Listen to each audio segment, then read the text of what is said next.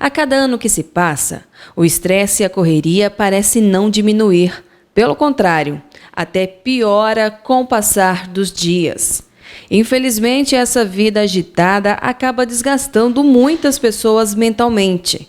A rotina corrida impede que tenham tempo para o lazer, restando apenas a responsabilidade e uma exaustão mental. Importante, né, essa reflexão, porque assim, sofrimento, dificuldade de lidar com coisas do dia a dia é algo inerente, né, à nossa condição humana. Mas quando a gente fala de exaustão emocional, significa que isso já está prejudicando, né, já está me deixando às vezes incapaz de realizar algumas atividades que eu conseguia fazer no meu dia a dia, dificuldade em gerir demandas que antes eu conseguia fazer, e também isso acontece por um período mais prolongado, né, isso vai diferenciar um pouquinho quando a gente fala de exaustão emocional e sofrimento cotidiano, né, que infelizmente a gente também tem que lidar no nosso dia a dia. A gente vê que hoje os brasileiros, eles estão sempre trabalhando, vivem mais dentro do trabalho do que na própria casa. Isso já ajuda também nessa exaustão emocional?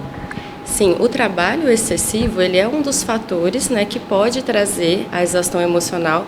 A gente tem até a síndrome de burnout, né, que é uma síndrome de esgotamento profissional específica para isso, mas outros fatores também podem trazer. Se você tem uma demanda de relacionamento, se você está passando por um estresse intenso, até uma demanda financeira, todos esses fatores, eles podem sim contribuir para que você tenha uma exaustão emocional.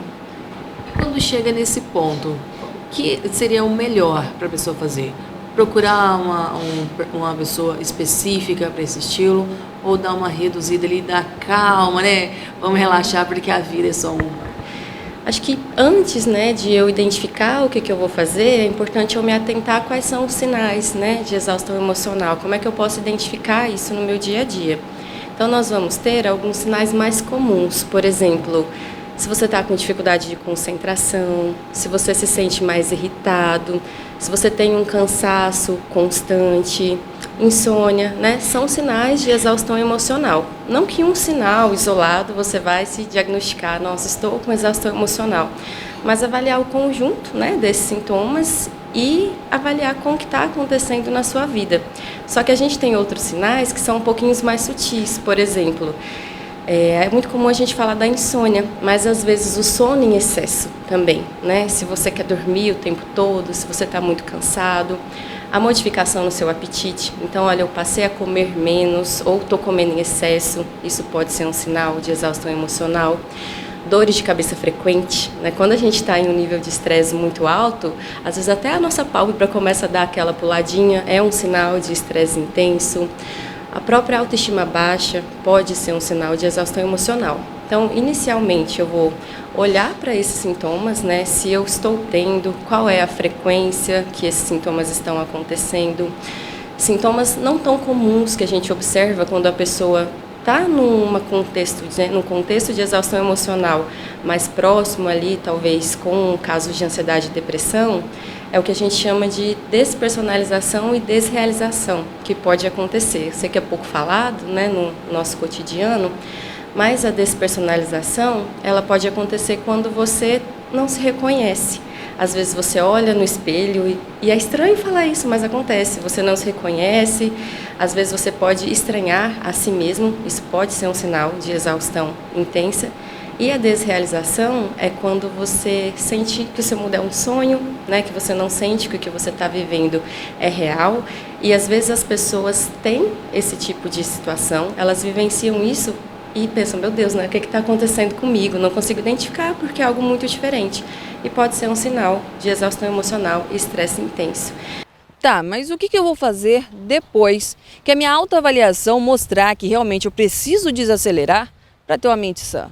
Eu preciso tentar olhar para quais fatores da minha vida podem estar produzindo isso, e aí aquilo que às vezes a gente tem dificuldade de fazer, né? O que está sob o meu controle e o que não está sob o meu controle nessas condições.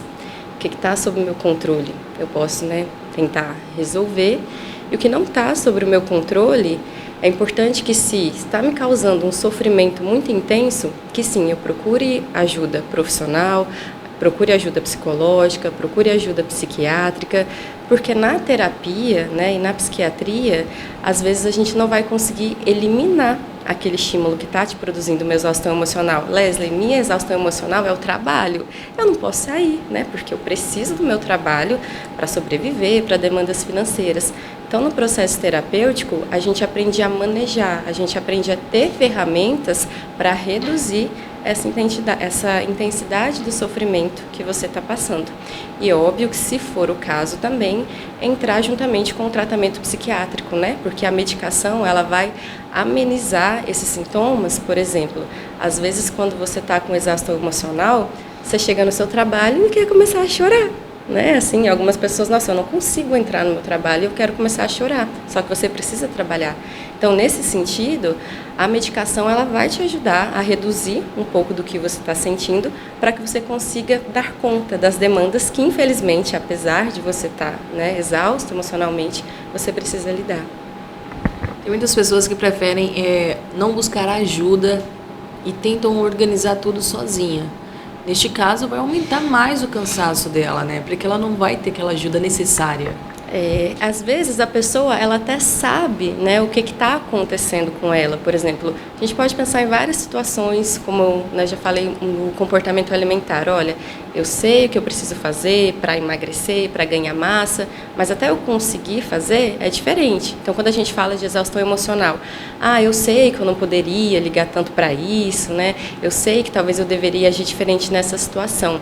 Só que nós não temos, nós fora da psicologia, apesar de saber, a gente não tem as ferramentas para lidar com isso. Então, se a pessoa, olha, eu não vou procurar ajuda, eu vou tentar manejar isso sozinha, pode ser sim que a situação dela se agrave, porque apesar dela saber o que está acontecendo com ela não tem acesso às ferramentas que são necessárias, né, para reduzir ou minimizar o que ela está sentindo.